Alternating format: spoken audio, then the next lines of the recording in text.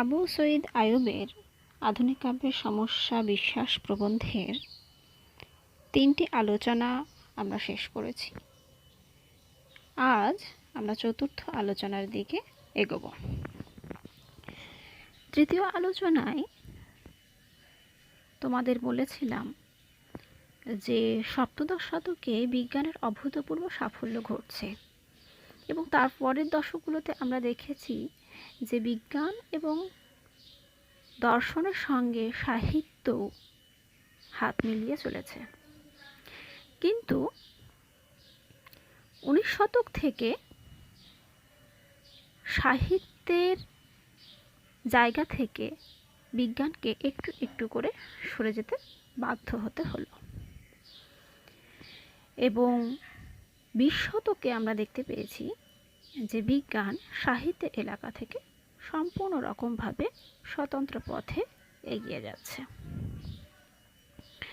আচ্ছা, আজকে আমরা যে অনুচ্ছেদটি পড়ব সেটি হচ্ছে পঞ্চম অনুচ্ছেদ, প্রবন্ধের 67 পৃষ্ঠায় প্রথম যে অনুচ্ছেদটি শুরু হচ্ছে একদম শেষের দিকে, সেই অনুচ্ছেদ থেকে আজকে আমরা পড়তে শুরু করব। সেখানে প্রাবন্ধিক বলছেন যে তোমরা একটু বইটা দেখো, যে রোমান্টিসিজমের পিছনে ছিল স্বভাবচালিত মানুষের, অর্থাৎ আধুনিক সমাজ ও রাষ্ট্রের কৃত্রিমতা থেকে শৃঙ্খলমুক্ত মানুষের শুভ বুদ্ধি ও সদিচ্ছার উপর আস্থা। রোমান্টিসিজমের বৈশিষ্ট্য, রোমান্টিক যুগের বিখ্যাত কবি, সাহিত্যিক, সেই সম্পর্কে তোমাদের আলোচনা আমি আগের ক্লাসে করেছিলাম। সেখানে আমরা দেখেছিলাম যে রোমান্টিক ভাবালুতার প্রবল বন্যায় সাহিত্য বিজ্ঞানের থেকে আলাদা হয়ে অন্য একটি খাদে এগিয়ে চলেছে এবং 19 শতকেই সাহিত্য বিজ্ঞানের কায়েমি সত্ত্বের বিরুদ্ধে নালিশ জুড়েছিল এবং 20 শতকে আমরা দেখেছি যে সাহিত্যকে বিজ্ঞানের এলাকা থেকে আলাদা করা হচ্ছে এবং রোমান্টিক সাহিত্যে আমরা দেখেছি যে মানুষের শুভবুদ্ধি এবং সদিচ্ছার উপরেই মূলত সেই সাহিত্য প্রতিষ্ঠিত। সেখানে ব্যক্তি মানুষের সুগভীর আরতি প্রাধান্য পেয়েছে। এই সময়ে অর্থাৎ অষ্টাদশ শতাব্দীতে, যে সময়টাকে বলা হচ্ছে রোমান্টিক যুগ, সেই সময়ে ঘটে যায় ইংল্যান্ডের শিল্প বিপ্লব। সামন্ততান্ত্রিক সমাজ ব্যবস্থা ভেঙে সৃষ্টি হয় পুঁজিবাদী সমাজ ব্যবস্থা। ভূমিহারা মানুষজনেরা জীবিকা অর্জনের তাগিদে শহরে এসে ভিড় করতে থাকে এবং শহরেও কলকারখানা গড়ে উঠতে থাকে এবং পুঁজির বিকাশের ফলে আস্তে আস্তে পুঁজিবাদী সমাজের সৃষ্টি হয়। তৈরি হয় শ্রমিক ও মালিক শ্রেণীর দ্বন্দ্ব। পুঁজিবাদী ব্যবস্থায় চলতে থাকে বাজার দখলের লড়াই ও বেশি মুনাফা অর্জনের প্রতিযোগিতা। মালিকরা শ্রমিকদের শোষণ করেই সেই মুনাফা অর্জনের চেষ্টা করে। এই পুঁজিবাদ হচ্ছে এমন একটি উৎপাদন ব্যবস্থা যেখানে সম্পদ গ্রহণ ও হস্তান্তর ও বিনিয়োগ বিনিয়োগে ব্যক্তি স্বাধীনতার অবাধ অনুমতি ছিল। সেখানে রাষ্ট্র তাতে হস্তক্ষেপ করতে পারত না। এর ফলে যে সামাজিক বৈষম্য সৃষ্টি হয়েছিল সে প্রসঙ্গে প্রাবন্ধিক বলছেন, তোমরা একটু এগিয়ে যাও, দেখো 68 পেজের প্রথম দিকে প্রায় 7 কি 8 নম্বর লাইনে দেখো, প্রাবন্ধিক বলছেন, দেশের ধনসম্পদ মুষ্টিমেয় কয়েকজনের হাতে গিয়ে আটকে পড়ল। বাকি 15 আনা লোক এক মুঠো অন্নের জন্য তাদের শেষ সম্বল শ্রমশক্তি বেচে ফেলে কৃতদাসের অধম হলো। 15-16 ঘন্টা করে খাটিয়ে ঠিক কয় ছটাক করে খেতে দিলে এবং কয় মিনিট করে জিরোতে দিলে ধরে প্রাণটা থাকে, অনেকখানি হিসেবি বুদ্ধি খরচ করে কারখানার মালিকেরা তার নিখুঁত ব্যবস্থা করলেন। এই যে সামাজিক বৈষম্য তা বিচলিত করেছিল সেই সময়কার মরিস ওয়েন প্রমুখ রামরাজ্যের প্রত্যাশীদের। সেই সময় ওয়েন ছিলেন একটি সুতাকলের সুপারিনটেন্ডেন্ট। তিনি এই সামাজিক অসাম্যের প্রধান কারণ হিসেবে বলেছেন যে যথেষ্ট জ্ঞানালোকের অভাবকে, যা শিক্ষা ও সমাজ সংস্কারের মাধ্যমে এই অসাম্য বৈষম্য লাঞ্ছনা দূর করতে পারবে। তারা একটি আদর্শ সমাজের পরিকল্পনা করেন যেখানে সমাজ ও রাষ্ট্র সর্বসাধারণের কল্যাণে নিয়োজিত হবে। এই ভাবনা থেকেই মার্ক্সের সাম্যবাদী সমাজ গঠনের চিন্তাভাবনা জাগ্রত হয়। মার্ক্স শ্রেণীবিভক্ত সমাজ ও একটি ক্ষুদ্র স্বার্থমগ্ন শ্রেণীর হাতে উৎপাদন যন্ত্রের একচেটিয়া মালিকানার যে সমাজ ব্যবস্থা তার সংস্কার সাধন করতে চাইলেন। মার্ক্সের সমাধান হলো শ্রেণীবিভক্ত রাষ্ট্র ভেঙে সম সমাজের প্রতিষ্ঠা করা, যাতে প্রত্যেক ব্যক্তির অবাধ বিকাশ অর্থাৎ সমস্ত মানব জাতির অবাধ বিকাশের পথ উন্মুক্ত হয়। কিন্তু এই মতবাদেও প্রাবন্ধিকেরা প্রাবন্ধিক আশা রাখতে পারছেন না। তাই তিনি বলছেন 68 পৃষ্ঠার একদম শেষের দিকে তোমরা চলে যাও, দেখো সেখানে প্রাবন্ধিক বলছেন, এ মতবাদের সত্য মিথ্যা নিয়ে নৈয়ায়িক তর্ক ফাঁদতে চায় না। এও মেনে নিতে প্রস্তুত আছি যে বর্তমান সমাজের নিদারুণ অনাচার ও অব্যবস্থা ভেঙে চুরিয়ে সমাজটাকে নতুনভাবে গড়তে হলে আমাদের মার্ক্সের কাছে দীক্ষা নিতে হবে। অর্থাৎ প্রাবন্ধিক মার্ক্সবাদী যে চিন্তা চেতনা তার দোষ ত্রুটি থাকলেও সমাজ গঠন করতে চাইলে, সমাজের আমূল পরিবর্তন করতে চাইলে যে মার্ক্সের কাছে দীক্ষা নিতে হবে তা তিনি স্বীকার করছেন। কিন্তু আরেকটি প্রশ্ন তার মনে জাগ্রত হচ্ছে যে এই মার্ক্সবাদী চিন্তাধারা আমাদের সাহিত্যে কি প্রভাব ফেলতে চলেছে। এই মার্ক্সবাদী চিন্তা চেতনার ফলে আমাদের সাহিত্যে একটি পরিবর্তন ঘটছে। মার্ক্সবাদীদের যে প্রেরণা আমাদের সাহিত্যে এসে পড়েছে তা মূলত নেতিবাচক। বুর্জোয়া, ফ্যাসিস্ট, স্পাই প্রভৃতি সেই সময়ে বহুল ব্যবহৃত শব্দগুলি বা বিদেশি শব্দগুলি বাংলা ভাষায় দেশি শব্দের সঙ্গে ব্যবহৃত হচ্ছে। বর্বর, গুন্ডা, ভাড়াটিয়া সে বিদেশি শব্দের সঙ্গে এই শব্দগুলি যোগ করে বাংলা সাহিত্যে ব্যবহৃত হচ্ছে। তার ফলে বাংলা সাহিত্যের ভাষা ব্যবহারের গুণগত মান কমে যাচ্ছে। যদিও প্রাবন্ধিক এ প্রসঙ্গ আশাবাদী, কেননা তিনি মনে করছেন যে যখন আমাদের সমাজে কোনো শ্রেণী ব্যবস্থা থাকবে না, অর্থাৎ নৃশ্রেণিক সভ্যতা গড়ে উঠবে, তখন নিশ্চয়ই বামপন্থী সাহিত্যিকরা প্রেরণার উৎস খুঁজে পাবে এবং সে উৎস হবে পজিটিভ এবং কনক্রিট, যা নতুন ও মহানের জ্যোতিতে চিত্তকে উদ্ভাসিত করবে। এবং সেই জন্য প্রাবন্ধিক বলছেন যে প্রগতির সাহিত্য যদি পশ্চাৎগতি হয় তাতে বিচলিত হওয়ার কিছু নেই। ফাঁকা বুলি এবং ঠাসা গালিগালাজ যে উদাহরণগুলো তোমাদের দিলাম, সে ফাঁকা বুলি ও ঠাসা গালিগালাজের মধ্যেও সাহিত্যের ধ্রুব আদর্শে রুচি স্থির রাখব। এখন সাহিত্যের মান কমে যাওয়ার সত্ত্বেও, সাহিত্যের মধ্যে ফাঁকা বুলি, ঠাসা গালিগালাজ আসার পরেও প্রাবন্ধিক সাহিত্যের ধ্রুব আদর্শে স্থির বিশ্বাস রাখতে বলছেন। কেন রাখতে বলছেন সে প্রসঙ্গে একেবারে শেষে আলোচনা করেছেন প্রাবন্ধিক। এবারে আমরা চলে যাব নতুন একটি পরিচ্ছেদে। 70 পৃষ্ঠায় প্রথম যে পরিচ্ছেদ শুরু হচ্ছে, নতুন যে পরিচ্ছেদ শুরু হচ্ছে সেই পরিচ্ছেদে।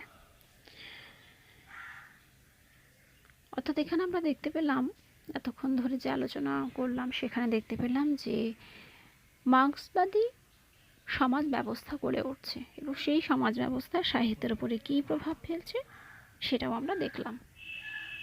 এবার আমরা যাব মধ্যযুগের সাহিত্যে। এ প্রসঙ্গে প্রাবন্ধিক বলছেন, অনুচ্ছেদের 70 পৃষ্ঠার যে অনুচ্ছেদটি আছে সেটা তোমরা একটু দেখো। আমি পড়ছি।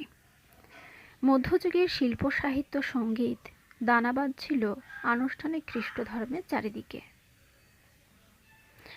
অর্থাৎ মধ্যযুগের শিল্প সাহিত্য যে ধর্মকেন্দ্রিক, মূলত যীশুখ্রিস্ট, বাইবেল ইত্যাদি আচার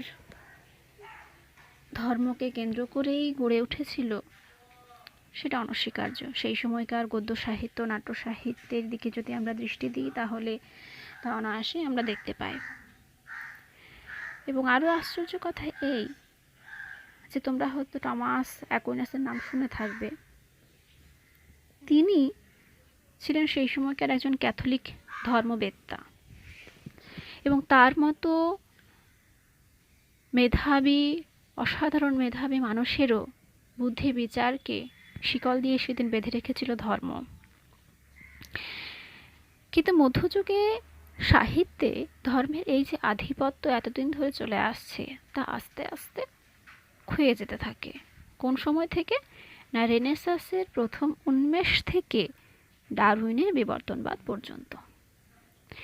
রেনেসাঁসের প্রথম উন্মেষ দেখা যাচ্ছে 1550 খ্রিস্টাব্দে, এবং ডারউইনের বিবর্তনবাদের আবির্ভাব ঘটছে 1859 খ্রিস্টাব্দে।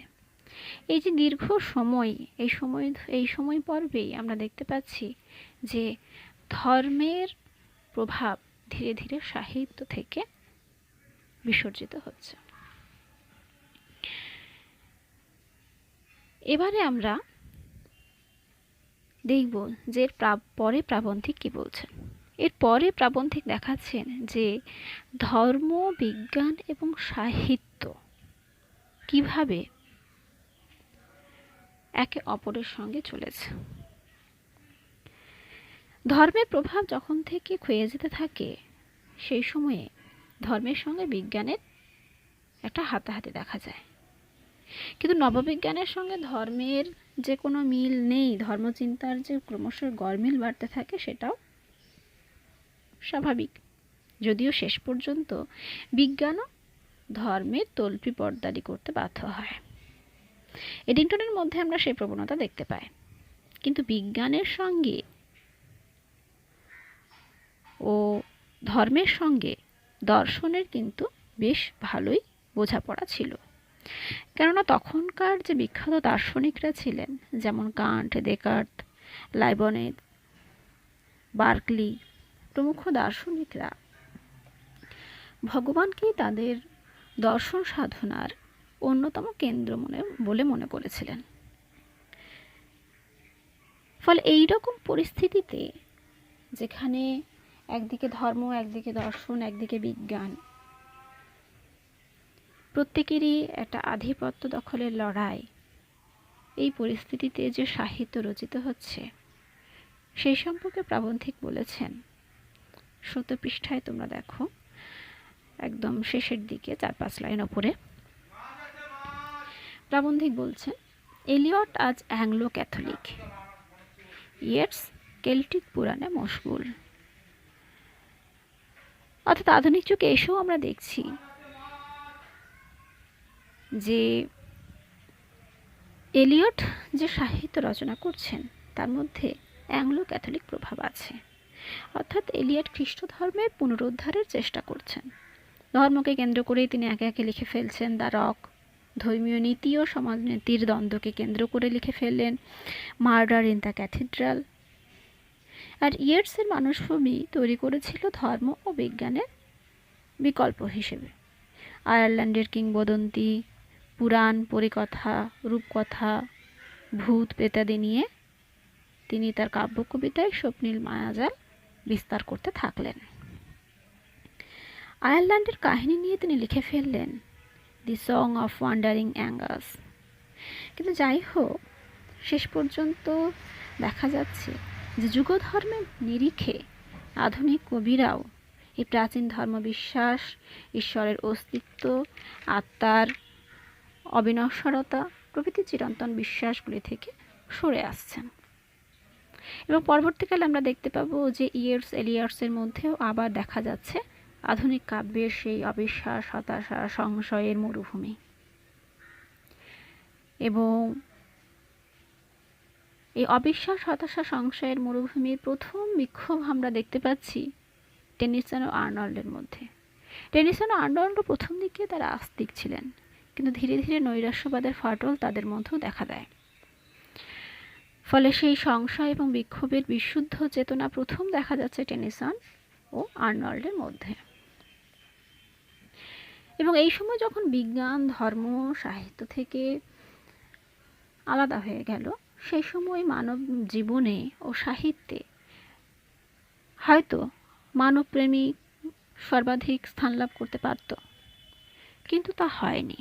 কেননা আবারও বিজ্ঞানের নতুন শাখা মনস্তত্ত্বের দ্বারস্থ হলো সাহিত্য।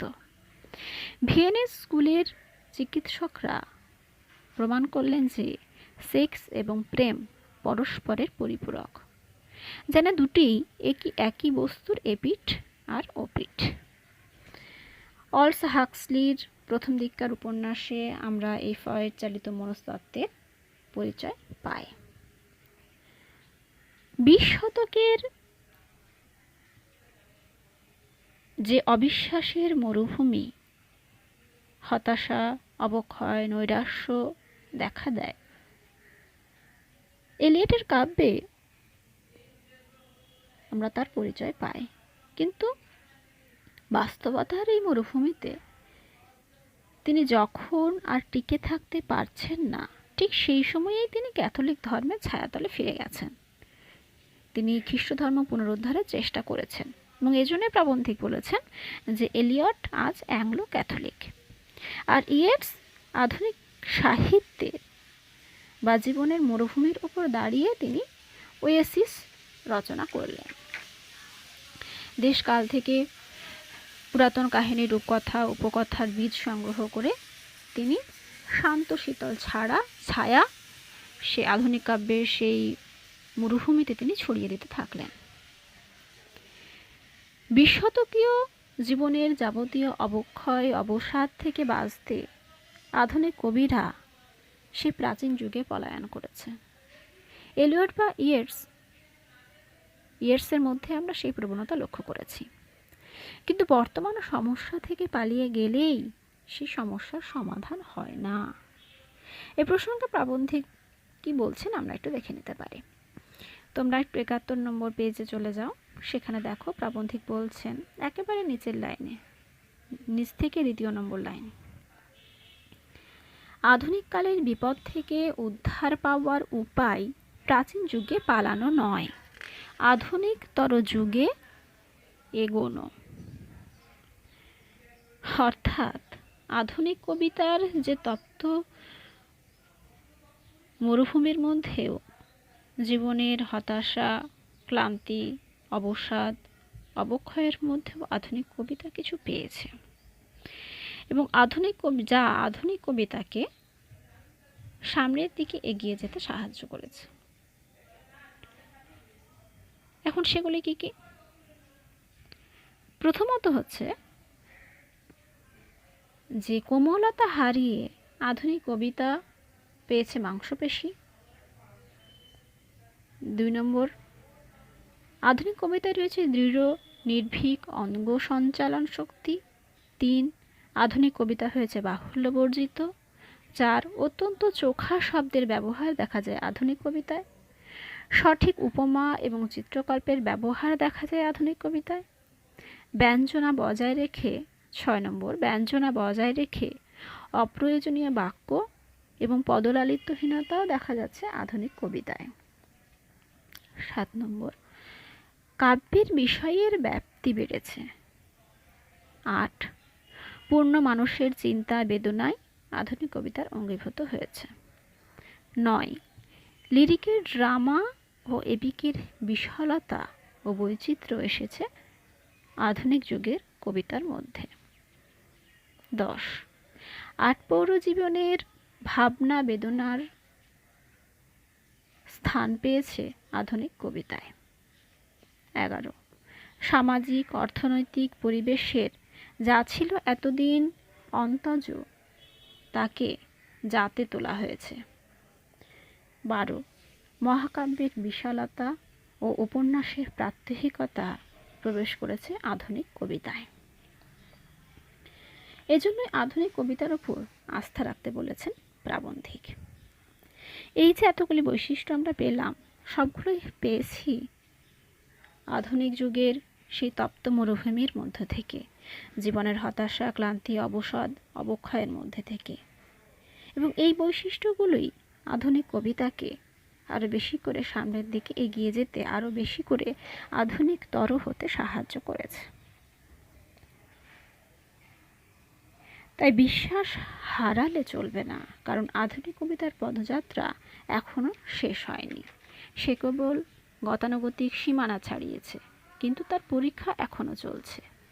আধুনিক কবিতা এখনো সিদ্ধি পায়নি, তার সাধনা চলছে এখন। ফলে আধুনিক কাব্যের সমস্যা নিয়ে বিচার করবার দিন এখনো আসেনি। এখন কেবল কবিতা লক্ষ্মীর প্রাণ প্রতিষ্ঠার পরীক্ষা চলছে। অর্থাৎ আমরা দেখতে পাচ্ছি যে প্রবন্ধে প্রাবন্ধিক সেই মধ্যযুগ থেকে শুরু করে আধুনিক যুগ পর্যন্ত